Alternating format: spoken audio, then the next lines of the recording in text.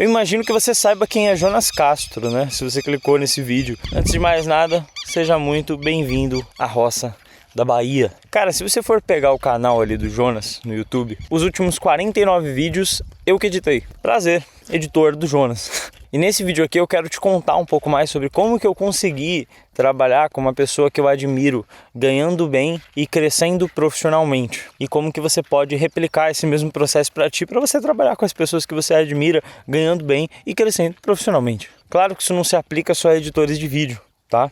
Que é o meu caso. Inclusive vou te citar exemplos aqui, inclusive que aconteceram no projeto do Jonas, de pessoas diferentes. Cara, até o final desse vídeo eu quero te mostrar aqui um framework que eu meio que metododifiquei, digamos assim, para prospecção ativa de clientes, que te falar, cara, dá um pouquinho mais de trabalho, mas talvez faça sentido para você, porque beleza, dá um pouquinho mais de trabalho, pode até ser que dá, mas te poupa de ficar horas e horas fazendo ligação fria, né, que o pessoal fala, ligando para pessoas aleatórias, fazendo 50, 100 ligações por dia, para fechar 5 reuniões, fechar com um cliente que vai te pagar pouco. Não que seja a regra, tá? Mas não é tão fácil quanto os players fazem parecer, tá bom? E o ponto que mais me chama atenção nisso, que é, você consegue trabalhar com pessoas que você admira e não pessoas aleatórias, assim, que você só fez uma lista de prospecção e foi lá tentando fechar trampo. Então eu vou te apresentar esse framework, mas antes de mais nada eu quero te contar um pouquinho aqui sobre como que eu cheguei nesse ponto, né? Como que foi essa história toda? Cara, assim como eu disse num dos vídeos aí do canal, acho que o penúltimo, antes desse aqui, eu tinha largado a minha agência, que eu tava fazendo uns 12, 13k por mês de marketing e vendas, né? Pra trabalhar como editor de vídeo, mas antes disso, um pouco antes disso, eu conheci o Jonas. Conheci, que eu digo, eu acompanhava ele ali no YouTube, gostava bastante do conteúdo dele, achava super interessante, gerava muito valor pra mim. E aí, cara, eu percebi que ele tava em um momento muito de crescimento, sabe? Tava num momento de ruptura, acho que eu posso chamar assim, onde o canal dele estava crescendo, ele estava começando a lançar o primeiro produto dele, que era o framework do Jonas, a versão MVP da escola, né, praticamente. Várias pessoas, até amigos meus, assim, estavam falando sobre ele pra mim, mesmo que a gente nunca tivesse conversado sobre. E aí eu pensei, cara, isso é um momento super oportuno, assim. Ele é um cara que eu já admiro bastante. Seria muito legal se eu conseguisse trabalhar com ele, assim como eu fiz com uma outra pessoa, que era o professor Fernando.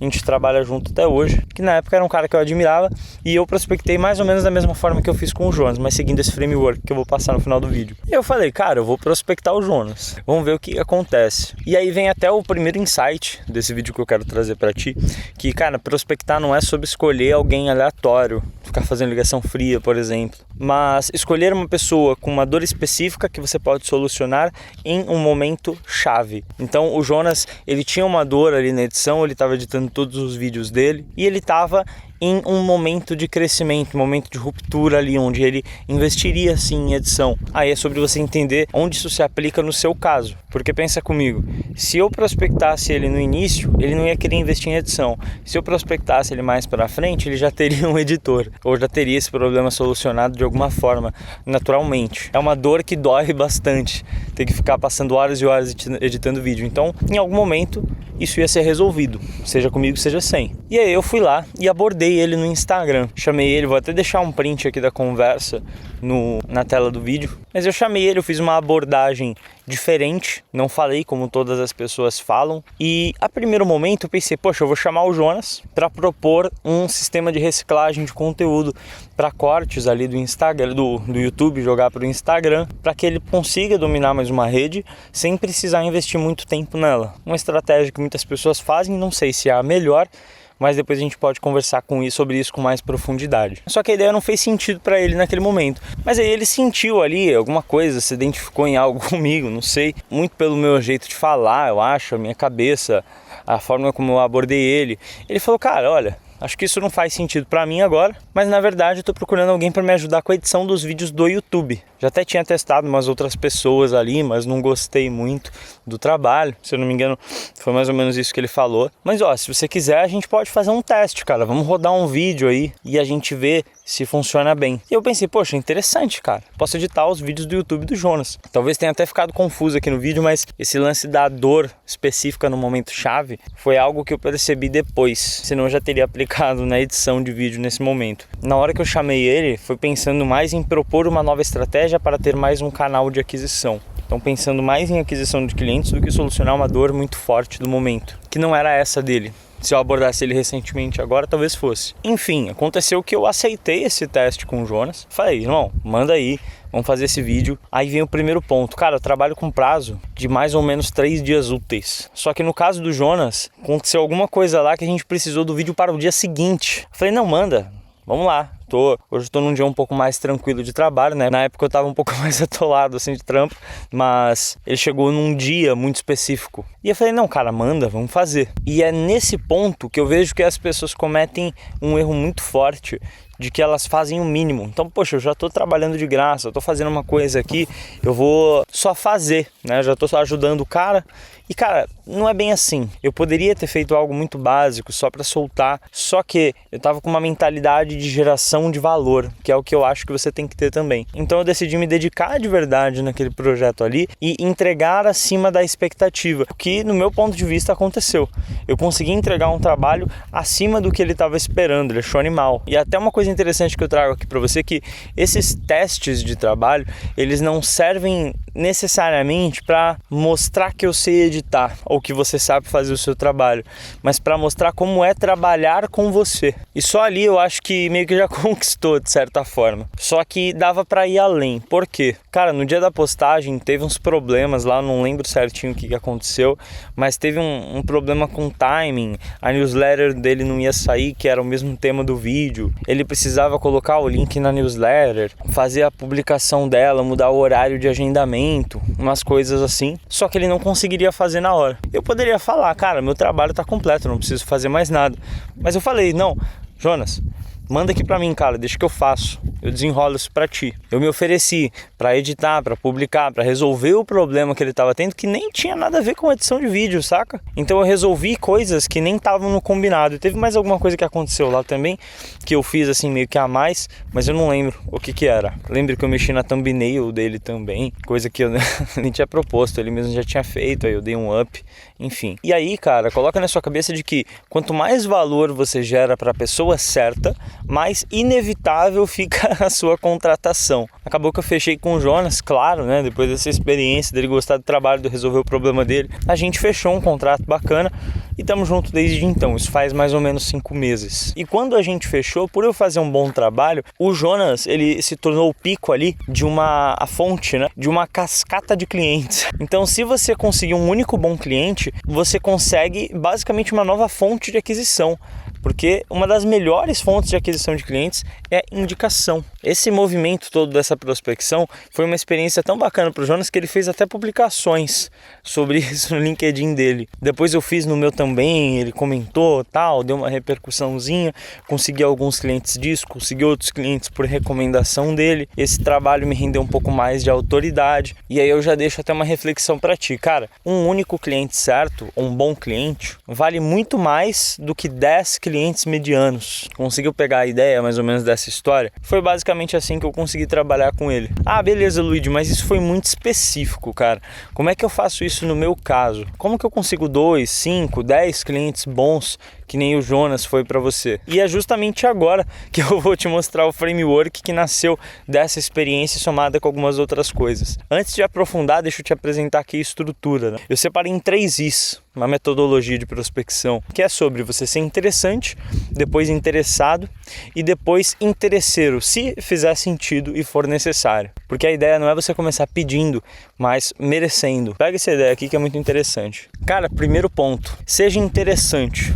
Isso envolve muito seu posicionamento na rede social, por exemplo, antes da prospecção. Ou se você fizer aplicar a mesma coisa presencialmente, a forma como você aparenta ser, a imagem que você transmite para outra pessoa. Então pensa comigo, você vai prospectar uma pessoa, essa pessoa ela vai entrar no seu perfil com toda certeza. Então a sua marca pessoal, ela precisa responder diretamente quem que é você, o que que você faz, para quem que você faz, por que que eu devo confiar em você, você é bom mesmo? Então isso envolve muito de você estar bem posicionado na rede social, por onde você vai fazer essa prospecção e deixar muito claro que dor você resolve e de quem você resolve. Você pode nichar por profissão, por exemplo. Você pode focar em atender médicos. Então, se você vai entrar em contato com médicos, é bom que você esteja falando com eles no seu perfil. ter um conteúdo, ter uma narrativa voltada para isso. Agora, você pode nichar também por dor. Então, qual que é a dor que você soluciona? Você tem que deixar isso claro na sua narrativa. A dor que todos os meus clientes têm é de que eles não querem aparecer. Eu sou social media, produzo conteúdo para os outros. São profissionais com pouco tempo que não querem ficar aparecendo, querem fazer um conteúdo um pouco mais recluso, digamos assim. Então beleza, você pode trabalhar só com carrosséis de alto interesse. Você pode trabalhar com narrativas usando vídeos B-rolls e dar um jeito de isso gerar resultado. Mas aí você não está nichando pela profissão, você está nichando pela dor, né? Uma coisa interessante de se pensar. Na hora de ser interessante, é bom que você tenha conteúdo de valor no seu perfil. É bom que você tenha provas sociais, clareza, que os seus diferenciais eles estejam destacados. Coloca na sua cabeça que uma prospecção ela vai começar antes de mandar um direct. E aí logo depois disso, entre ser interessante e ser interessado, você pode já ir definindo o seu alvo, que foi o que eu fiz, identificando o momento certo ali na jornada do Jonas. Então pensa aí no seu mercado, né? Qual que é a dor específica que você resolve e evita prospectar alguém que está muito antes desse nível ou muito depois, que nem foi o caso com o Jonas. Então peguei ele no momento certo. Alguns critérios aqui possíveis para você analisar, por exemplo, o faturamento estimado, né? O tempo de mercado que essa pessoa tem, o reconhecimento que ela tem das pessoas ao redor, no mercado mesmo, o reconhecimento de mercado que ela tem, o quão clara está essa dor ali para você na hora de fazer uma análise. E aí definindo quem que é essa pessoa com a qual você vai entrar em contato, você passa para a parte de ser interessado. O que envolve isso? Cara, antes de ser interesseiro, você precisa gerar muito valor para uma pessoa, para ela ver você como um profissional diferenciado comparado com os demais. E não confunda, tá? Ser interessado não tem nada a ver com ficar bajulando a outra pessoa, mas é sobre você conseguir resolver uma dor real que ele tem. Então você entregar uma amostra grátis ali do seu serviço bem pensada, foi meio que o que eu fiz com o Jonas, fazendo os vídeos, né? O vídeo em específico. É o que você pode fazer entregando um diagnóstico, entregando um material profundo, pensado para aquela pessoa. Tem até um caso aqui que aconteceu no time do Jonas, que uma menina chamada Ariane, ela entrou em contato com o Jonas, mandando para ele ali um material profundaço no Notion, fazendo, se eu não estiver enganado, meio que um diagnóstico e mostrando como que ela poderia ajudar ele na prática. Trouxe vários exemplos de carrosséis que ela fez do zero.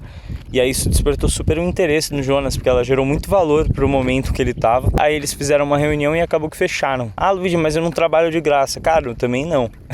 Isso foi algo muito específico, né? Foi porque eu queria trabalhar com uma pessoa que eu admirava, eu queria trabalhar com o Jonas. Eu tinha noção que eu conseguia gerar muito valor para ele. Então eu fui lá e fiz, porque a competição é grande, então você tem que se destacar de alguma forma. Foi a forma que eu consegui, que eu identifiquei que seria mais oportuna no momento. E tira da sua cabeça que é trabalho gratuito, porque é um investimento. Poxa, imagina, você faz um pequeno trabalho gratuito que você demorou 2, 3 horas para fazer e por conta desse trabalho você começa a receber 2, 3, 5 mil reais por mês do cliente que você fechou. Depende aí do que você está vendendo, do preço, do quanto de valor você consegue gerar. E é claro, nunca parar na primeira geração de valor, que nem foi no meu caso. Eu gerei valor editando um vídeo para ele, mas várias coisas que eu pude entregar a mais, que não tomariam muito do meu tempo e que fariam sentido fazer naquele momento, eu fiz. E por último, você vai pro terceiro I, que é o de ser interesseiro. É claro, do jeito certo, né? Aqui você tem que perder, cara, o medo de vender e colocar na sua cabeça que pode ser uma venda mais suave. Você não precisa ter aquele super papo de vendedor, encher linguiça, usar gatilho de vendas, etc. É mais um convite para trabalhar contigo que você vai fazer com humor, com personalidade, com leveza. E por que eu falei no começo do vídeo que talvez você nem precise fazer isso? Porque realmente, depois de você gerar muito valor, a pessoa ela vai querer fechar com você. Mas você pode direcionar ela para isso. Então, cara, se fizer sentido para você, a gente consegue trabalhar junto, vamos fazer uma chamada que eu te explico mais sobre o meu serviço. Isso é uma forma de você vender com leveza e não botando muita pressão na pessoa. Não, você precisa fechar agora porque esses 3 gatilhos mentais e blá blá blá. Cara, é ridículo, entendeu? Isso é uma coisa que você pode trazer até para suas reuniões de vendas do dia a dia, de pessoas que entrarem em contato, querendo saber mais sobre o seu serviço. Teve um cara aqui que foi um caso muito engraçado, que era o Vinícius. Ele entrou em contato comigo querendo saber do meu serviço de edição, ele queria contratar, recomendação do Jonas, inclusive, veio dessa cascata de clientes. E aí a gente trocou uma ideia no WhatsApp, marcamos uma reunião, a gente já tava com uma conversa bem tranquila ali, tirando uma onda, uma conversa bem humorada. E aí, na hora de marcar a nossa reunião no Google Agenda, eu coloquei o título da reunião assim de reunião de Pix. E aí, cara, na hora que a gente abriu a reunião, já abrimos a reunião dando risada, né? Pô, quem que coloca o nome da reunião de Pix? É uma reunião para apresentar mais do serviço. E o engraçado é que eu saí daquela reunião com Pix, tá? Então realmente foi uma reunião de Pix. Inclusive, comenta aí nesse vídeo se você quer algum outro assunto específico para eu falar aqui. Talvez como que eu faço minhas reuniões de venda. Pode ser uma coisa interessante.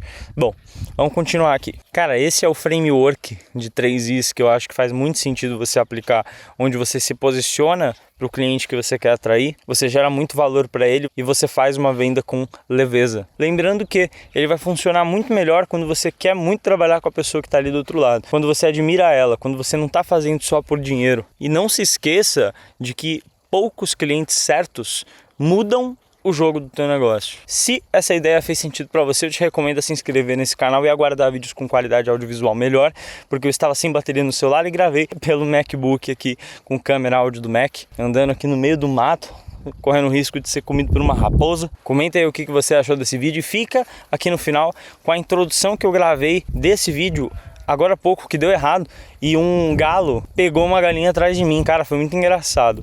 E dá uma olhada aí. Um pouco mais enxuto. Eu conheci ele pelo YouTube, mas ele já era grande no LinkedIn. Ó o galo. Que é isso, rapaz?